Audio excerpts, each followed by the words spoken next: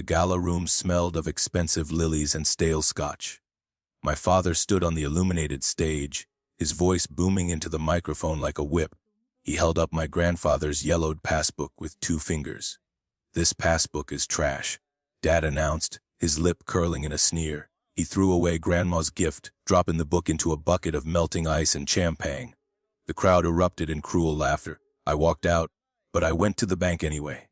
I carried the wet pages with me. The First National Bank was a tomb of marble and silence. I stood at the counter, my damp suit jacket sticking to my skin. The young teller took the crinkled book in a plastic baggie. She typed for a moment, then her fingers froze over the keyboard. Her face turned the color of ash. She stood up without a word and hurried toward a heavy oak door. The manager looked at me and said, "Sir, please do not leave." He looked at the stained book as if it were a bomb. They ushered me into a private room that smelled of old dust and leather.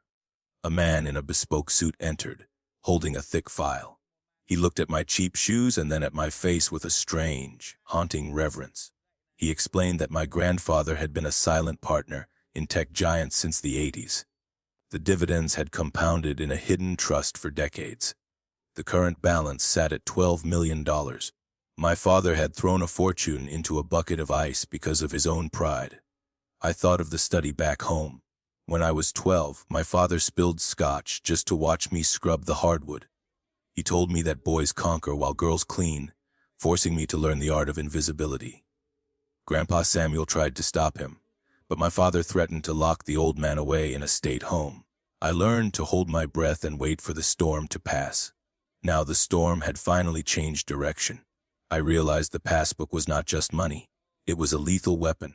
My husband Luke met me at the kitchen table. He was a forensic analyst who could find blood in a desert of data. He turned his laptop screen toward me, revealing a sea of red numbers. My father's empire was a hollow shell built on bridge loans and lies. He was completely insolvent and facing a federal audit. The mansion was in foreclosure, and the family trust was empty. My father wasn't a titan. He was a drowning man. He needed my grandfather's cottage just to stay out of a cell. The phone rang on the table, vibrating against the wood. My father's voice was a jagged blade on the speaker. He demanded I sign over the cottage to help the family business. He threatened to sue me for elder abuse if I didn't comply by Friday. I looked at Luke, who was already drafting the counter trap. I didn't feel the old fear anymore. I put on my best trembling voice and told my father I had found something at the bank. I heard his greed breathe through the line. I kept my voice small and thin over the phone. I told Richard that the passbook held millions. Silence stretched across the line until his breathing turned heavy and jagged. He pivoted instantly from threats to a sickening, fatherly warmth. He insisted we meet at the upcoming charity gala to protect the money. He claimed he could shelter the funds within his own trust. I agreed while Luke watched me with a sharp, predatory smile. The trap was finally set. Richard wanted the documents signed in the VIP suite before his big speech. I spent the next 2 days working double shifts at the hospital. The familiar smell of antiseptic helped ground my racing mind. Between patients, I reviewed the forged paperwork Luke had created. We inserted clauses that linked Richard to every failed shell company. He would think he was absorbing my wealth. In reality, he was assuming every ounce of his own hidden, criminal debt. It was perfect. Saturday arrived with a cold, biting wind that rattled the windows. I dressed in a structured suit that felt like armor. My hands were steady as I tucked the blue leather folder into my bag. Luke kissed my forehead and promised to monitor the digital upload from home. He had the whistleblower report ready for the federal portal. We only needed one thing left. We needed Richard's signature on the final page. I took a deep, shaky breath. The Fairmont ballroom was a sea of glittering silk and sharp tuxedos. I moved through the crowd like a ghost in their peripheral vision. My brother Hunter was already at the bar, his face flushed with expensive gin. He didn't notice me as I slipped toward the back stairs. The air felt thick with the smell of roasting meat and perfume. Every laugh from the guests felt like a physical weight against my chest. I reached the heavy suite door. Richard was waiting inside, surrounded by a group of local politicians. He looked radiant in his custom tuxedo, the picture of success. He didn't offer a chair or a drink. He just looked at my bag with hungry, impatient eyes.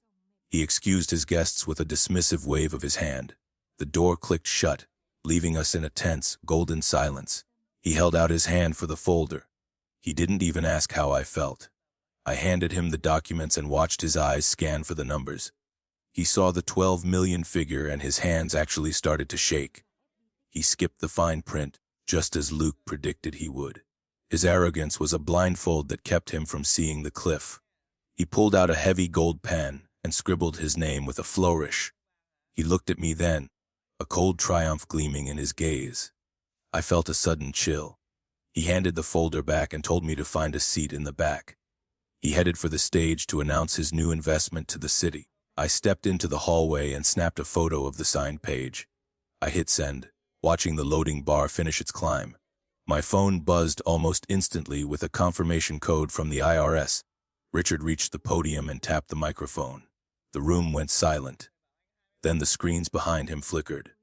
Richard grinned as the spotlight hit his face. He leaned into the microphone to announce the massive expansion of the Mercer Foundation. Behind him, the logo of his fake empire began to dissolve into static. A massive red seal appeared on the giant LD screen. Federal asset seizure, the text screamed in bold letters. The room went silent as 500 guests stared in shock.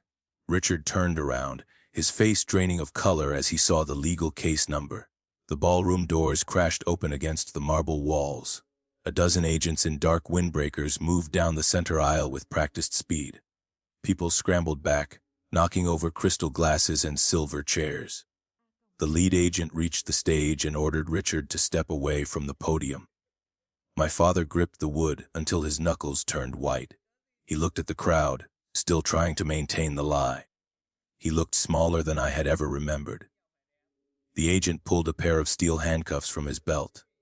He informed Richard that his signed affidavit had triggered an immediate federal intervention. Richard's eyes scanned the room until they found me standing by the exit. He realized then that I had not brought him a lifeline. I had brought him a cage. The crowd began to murmur and point their phones at the stage. The flashbulbs felt like tiny explosions in the dim light of the room. Two agents grabbed Richard by his elbows and forced his hands behind his back. He shouted about his status and his friends in high places. None of them moved to help him. They all looked away, eager to distance themselves from his sudden ruin.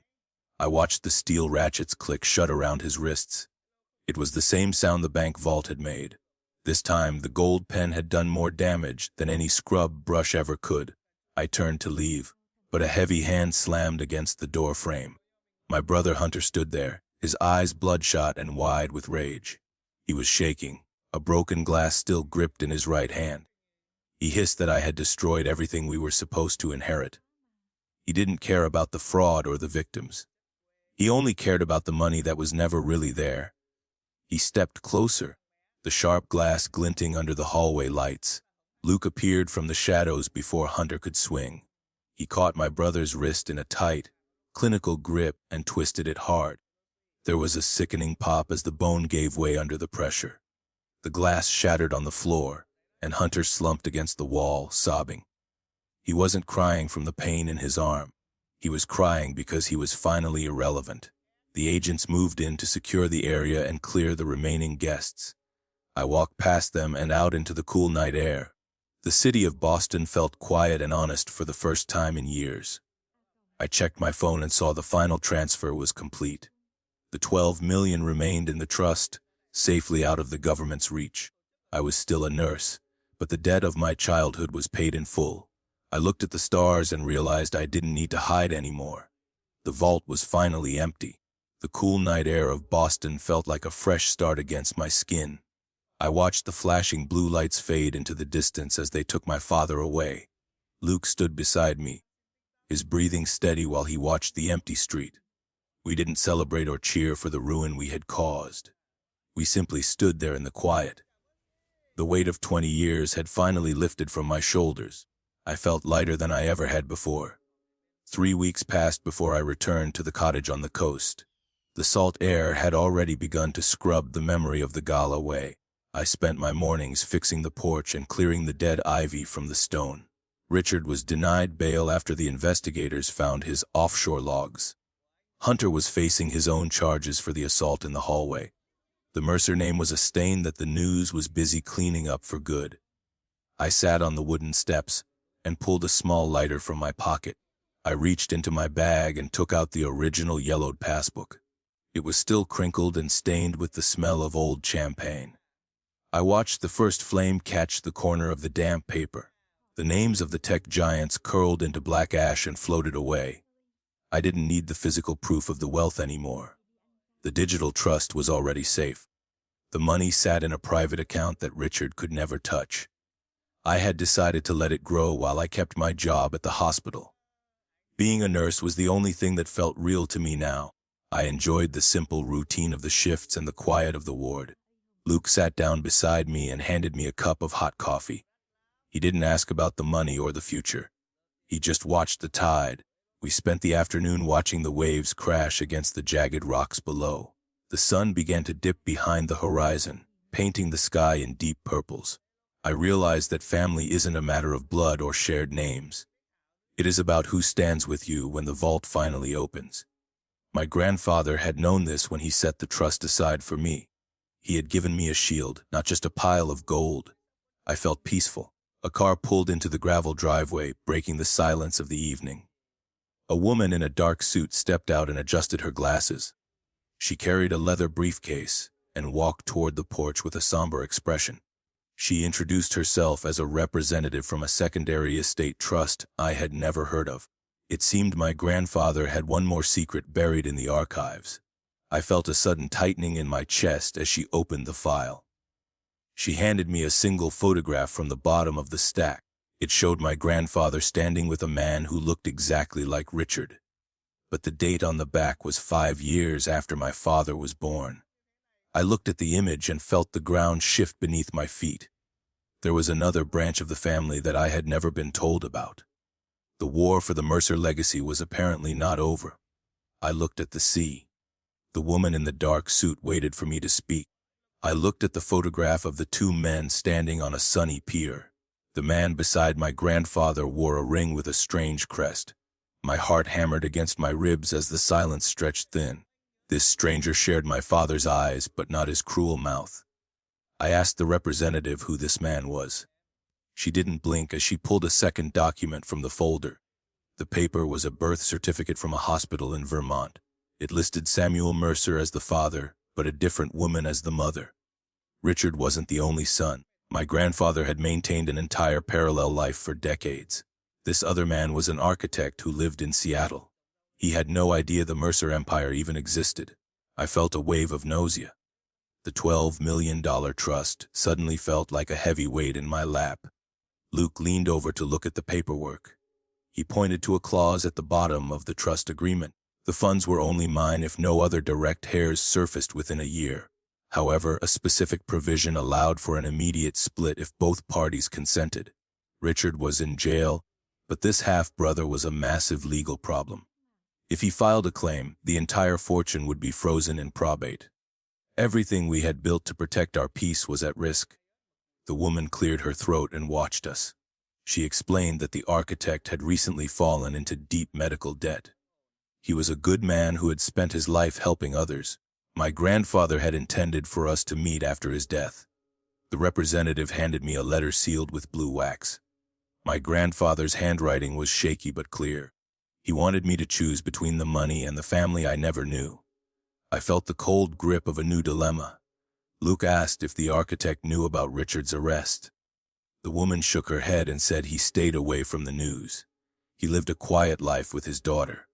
I realized then that I wasn't just holding a fortune. I was holding the survival of a man I had never met. Richard would have killed to keep this secret buried. He would have seen a brother as a rival to be destroyed. I was different. I looked at the cottage and the crashing waves. I had everything I needed in this small house. The $12 million was protection, but it wasn't my soul. I told the representative that I wanted to find him. I would share the inheritance without a legal fight. Luke nodded in agreement, his hand resting on my shoulder. We would travel to Seattle tomorrow. But then the woman's phone rang. She looked at the screen and turned very pale. The woman listened for a moment and then hung up. She looked at me with a terrified expression. Richard had escaped during a hospital transfer an hour ago. He had stolen a vehicle nearby and was headed straight for the coast. He wasn't going to hide or flee the country. He knew about the other son and the location of the files. My father was coming to the cottage to finish what he started at the gala. I heard a car engine idling at the end of the driveway. The low hum of the idling engine vibrated through the porch floorboards. I stood frozen while the representative clutched her briefcase to her chest. Luke moved instantly, stepping in front of me to shield the door. The gravel crunched under heavy tires as the vehicle killed its lights. We were trapped between the ocean cliffs and the driveway. My father was not a man who accepted defeat. He was coming to reclaim his pride with fire and blood. I felt the cold grip of adrenaline. Luke reached into the hallway and grabbed a heavy iron fire poker. He told the representative to lock herself in the back bathroom. She didn't argue and vanished into the shadows of the cottage. I realized we had no weapons other than our wits in the darkness. The front door creaked as a heavy weight leaned against the wood. Richard didn't knock or shout. He simply pushed until the lock groaned under the pressure. I held my breath and waited for the wood to splinter. The door burst open with a sickening crack of wood and metal. Richard stepped into the foyer, his face a mask of sweating rage. He was still wearing the remnants of his gala tuxedo, now stained with grease. His eyes were wide and unfocused, darting around the room for the blue leather folder. He didn't look like a titan of industry anymore. He looked like a cornered animal ready to tear anything in its path. He saw me and bared his teeth in a snarl. "Give me the trust documents, Alyssa," he hissed, his voice like grinding stones. He stepped over the threshold, ignoring Luke and the iron poker. He believed his presence alone was enough to make me crumble. I didn't move or speak, keeping my eyes on his shaking hands. He reached into his waistband and pulled out a jagged piece of metal. It looked like a sharpened bracket from a hospital bed. He had been planning this since the moment the handcuffs clicked shut on his wrists. Luke swung the poker with a grunt of effort, aiming for the arm. Richard dodged with a surprising speed born of pure desperation. The iron hit the doorframe, sending a shower of splinters into the air. Richard lunged forward, the metal shard glinting in the dim light of the hallway. He wasn't aiming for the money anymore. He was aiming for the daughter who had finally dared to strike back. I stepped back into the kitchen, my hand searching for the heavy marble mortar. The power suddenly flickered and died, plunging the cottage into total darkness. I heard the sound of heavy breathing and the scuffle of leather shoes. My father began to laugh, a dry and hollow sound that chilled my blood. He told me he knew this house better than I ever would. He had spent his childhood here, hiding his own secrets in the floorboards. He claimed Grandpa Samuel had always loved the weak. He called out my name, his voice echoing off the narrow kitchen walls. I felt the edge of the counter and crouched low to the floor. I remembered the trauma ward and the sound of patients in distress. I knew how to move without making a single sound in the dark. I slipped behind the kitchen island and waited for him to pass.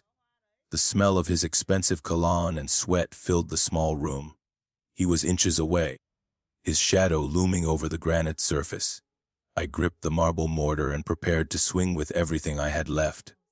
A bright beam of light suddenly cut through the kitchen window from outside. It caught Richard in the eyes, blinding him for a crucial second. I rose up and slammed the marble into his temple with a heavy thud. He groaned and stumbled back, his hands clutching at the air for support. Luke tackled him from the side, pinning him against the refrigerator with a loud crash. The struggle was short and brutal as the two men hit the hardwood floor together. The front door was flooded with the glare of high-powered flashlights. I heard the shouts of state police and the barking of canine units. They had tracked the stolen car to the coast within minutes of the escape. Two officers rushed in and pulled Luke away from the heap on the floor. Richard lay there unconscious and bleeding from the side of his head. He looked pathetic in the harsh light of the law. The nightmare was finally over for the second time. The lead officer looked at the documents scattered on the table. He asked if we were injured and called for a medic over his radio. I looked at the photograph of the architect in Seattle, still safe in its folder. Richard would never get to touch that man or his daughter. I realized then that my father had never actually owned anything of value. He only had the fear he forced onto others. I walked out to the porch and watched the sunrise hit the ocean. The ambulance lights painted the cottage walls in rhythmic pulses of red and blue. Richard was strapped to a gurney, his face a bruised mask of defeated fury. Luke sat on the tail of the truck, while a medic wrapped his bruised knuckles. The representative emerged from the bathroom. Her leather briefcase still clutched tightly against her chest. She looked at the wreckage of the front door and then at me. We had survived the night, but the secret in her folder remained. I stood by the kitchen island and stared at the photograph of the Seattle architect. His name was David, and he had my grandfather's kind eyes. The police captain approached me with a heavy sigh, his boots crunching on the broken glass. He confirmed that Richard would be moved to a maximum security ward under 24-hour watch. There would be no more escapes or midnight visits. The state was finished with his games.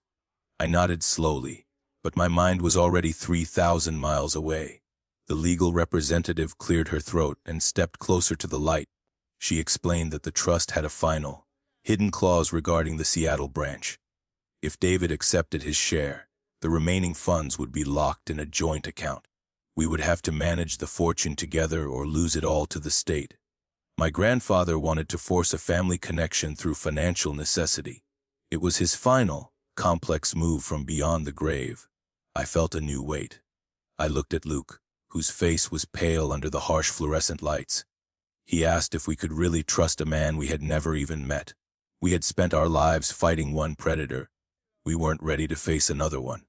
The representative insisted that David was different, a man of quiet integrity and simple needs.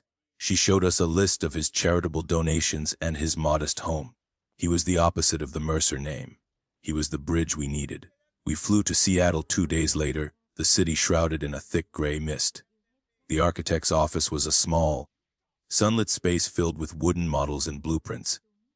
David looked up from his desk, and the air seemed to leave the room. He didn't see the money or the legal papers in my hands. He only saw a sister he never knew he had.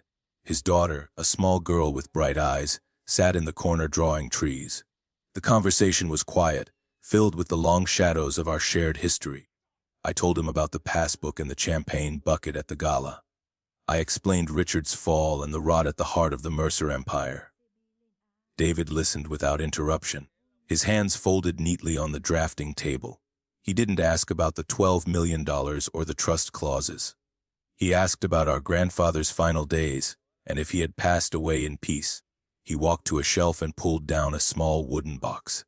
Inside was a matching passbook, identical to the one my father had called trash. My grandfather had given them both a key to the same golden door. David had kept his hidden for years, waiting for a sign to open it. He didn't want the money for himself or a lavish lifestyle. He wanted to build a community center for the neighborhood. He wanted to heal the Mercer name. We signed the joint account papers in a room overlooking the Puget Sound. The power balance shifted as we realized we were no longer alone in this fight. The $12 million was no longer a weapon or a shield for one. It was a foundation for a future that Richard could never comprehend. Luke smiled for the first time in weeks, his tension finally melting away. We had found the missing piece of the puzzle. The Mercer legacy was finally in safe hands. We walked out to the parking lot, the salt air stinging our eyes. I felt a sense of completion that had nothing to do with the bank balance. I was still a nurse, and David was still an architect. The money was just a tool we would use to build something better. I hugged my brother for the first time, a strange and wonderful sensation. We promised to meet again at the cottage in the summer. Everything felt right until a black car slowed. The window rolled down, revealing the cold, sharp face of my brother Hunter. He had been released on bail and had followed us across the entire country. He wasn't looking at me. He was staring at David's young daughter with a chilling focus. He whispered that the inheritance didn't belong to half-breeds or nurses. He put the car in gear and sped away into the thick Seattle rain. The final war for the Mercer bloodline had just begun.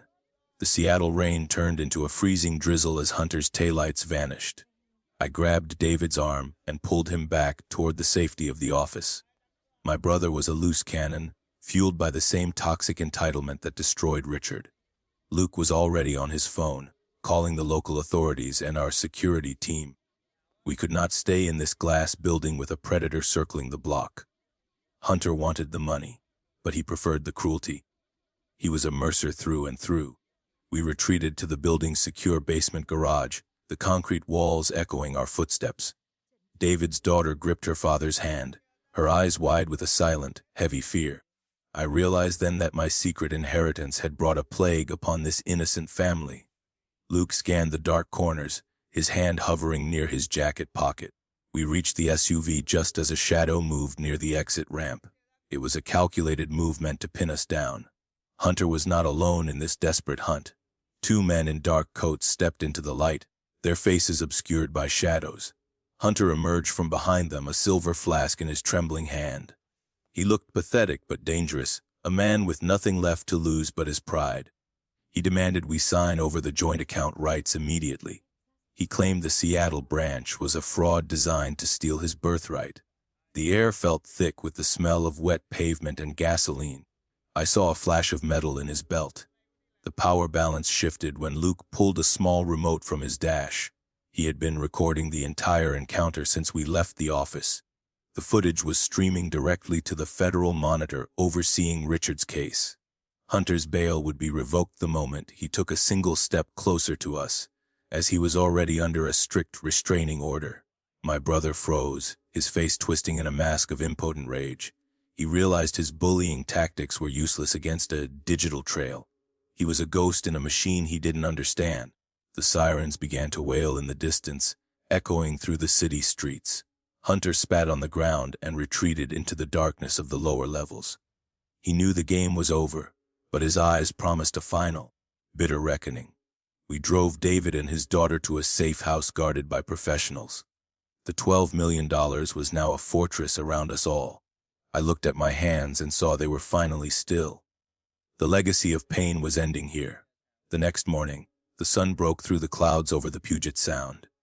I sat on the deck, feeling the warmth of the wood beneath me, and watched the ferry cross the water. David sat beside me, holding the blue leather folder with a new sense of purpose. We would use the funds to build his community center and fund my clinic. The money was no longer trash or a weapon. It was a seed for something better. I realized I was finally more than a nurse or a victim.